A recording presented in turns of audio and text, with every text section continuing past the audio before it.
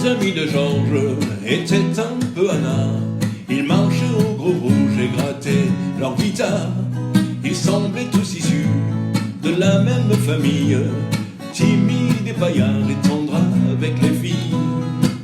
Ils avaient vu la guerre où étaient nés après et s'étaient retrouvés à Saint-Germain-des-Prés. S'il leur arrivait parfois de travailler, personne n'aurait perdu sa vie pour la gagner. Les amis de Georges avaient les cheveux longs. À l'époque ce n'était pas de saison. Ils connaissaient Verlaine, Hugo, François Fillon, avant qu'on les enferme dans des micro-sillons. Ils juraient, ils sacraient, insultaient les bourgeois, mais ils savaient offrir des fleurs aux filles de joie, quitte à les braconner dans les jardins publics, en jouant à cache-cache avec l'ombre des flics.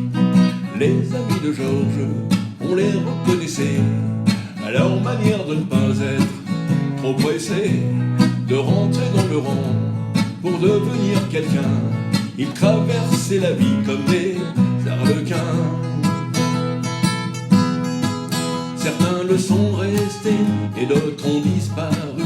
Certains ont même la légion d'honneur qui l'eût cru. Mais non, la plupart d'entre eux n'ont pas bougé d'un poil.